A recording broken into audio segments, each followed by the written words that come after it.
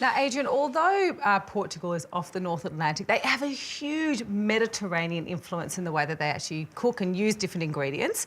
So obviously seafood is huge. They actually have one of the highest consumption in Europe per capita of seafood, but I'm going to use prawns. Nice. So I've got some beautiful Harvey Bray green prawns. Thank you. And to make the marinade, I'm going to use a little bit of smoked paprika. Nice. I've got some ground cumin. Extra nice. Extra nice. And I've also got a little bit of cinnamon, which is a spice that they love to use in Portugal. Even nicer. I love that he's not so agreeable. What I'll get you to do is just finely take the seeds out for me of the chilli, and I'm going to microplane a little bit of lemon zest, an absolute must, and the juice when you're using seafood. And I'm just going to microplane the garlic, which is just a really easy way to make sure all of that garlic, beautiful flavour infuses or permeates through with all the other ingredients as well. I've often said it's easy to take the zest off first than take the zest off after you've taken the juice out of it. It is very true. They are wise advice. My Uncle Bob told me that. Oh, I love your Uncle Bob. He's just a wealth of good food knowledge. It must have been where it all came from, was it? That's right. And he was a raconteur, apparently, as well. There we go. All right, so I'm also going to add some coriander. So just finely chop the coriander. Make sure you give it a really good wash. Parsley and coriander tend to be the fresh herbs that are used the most in Portugal. And just fold that through. Now, I'm making this into a salad. Now, you could just put this straight onto the barbecue. The other way that in Portugal they love to cook seafood is in a clay pot and then into the oven. So you could be creative. They'll have slightly different flavours overall. And of course, they love to use extra virgin olive oil and just make salt in there as well, which I like to see. A little bit of salt, getting it taste like the North Atlantic or getting it taste like the Mediterranean. They say the Mediterranean is slightly saltier than the Australian Ocean, so it's a good idea you are equalising the balance of salt in there. All right, I'm going to pop these on a hot pan. I've got my good griddle pan here, non-stick.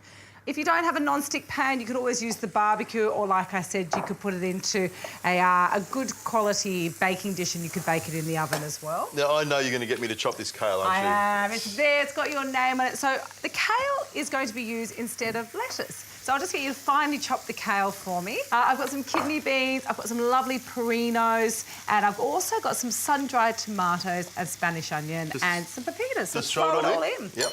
Oh, this looks fantastic. This is my kind of food, you know. If I can't go to Portugal, I can't go to Greece or someone like that, I love to cook food like this at home. Good. I love the smell of prawns on the barbecue.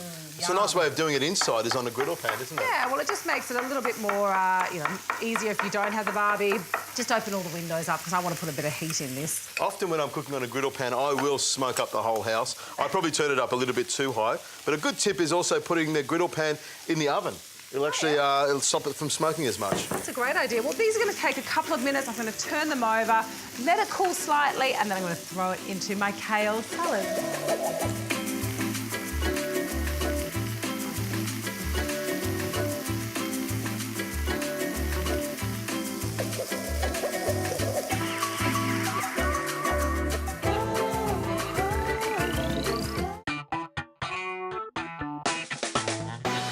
Oh, these prawns smell fantastic. The salad looks great, a little bit of lemon juice, olive oil, and you could even put just a little bit of salt as well. Good. Glad you said that. It was going to go in there anyway, but because you said it, I put it in. Hey, why do I bother even fighting this? Just give in. It's the easiest way. So I put this beautiful platter here. So pop the salad on, and then I'm going to put the prawns on top. I'm actually going to put these on warm. Oh, there you go. I like that. So practical. Mucking around. There we go. Nice little dome. Beautiful. I'd already given that a good toss, otherwise the kale would have been at the bottom. So prawns on top. Oh, I love that. Beautiful. Now you put the prawns on it, it makes a lot of sense. Yeah. So you happy? Get that protein on there for you. There we go. Slide that over to you. Wonderful, thank you. Grab some forks. Pile up all the prawns. It's going to have that lovely flavour. They love their piri-piri and chilli and things like that in Portugal.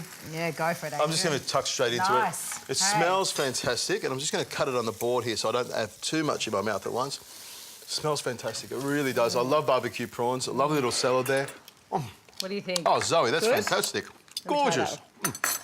Oh, I'm going to do the salad. You're not getting my prawn. This is No, I know. Sorry, I was going to steal that one. Why bother? I've got so many here. Out of my cold, dead hands, you'll get this prawn. Oh, gorgeous. That is fantastic. It's got that perfect amount of spice. That little bit of cinnamon is just lovely. The salad, well, you know what? I am a lover of kale and pepitas and Spanish onion and kidney beans, even if you're not. Well, how about you have the salad and I'll have the prawns? Is that a good idea? I don't think so.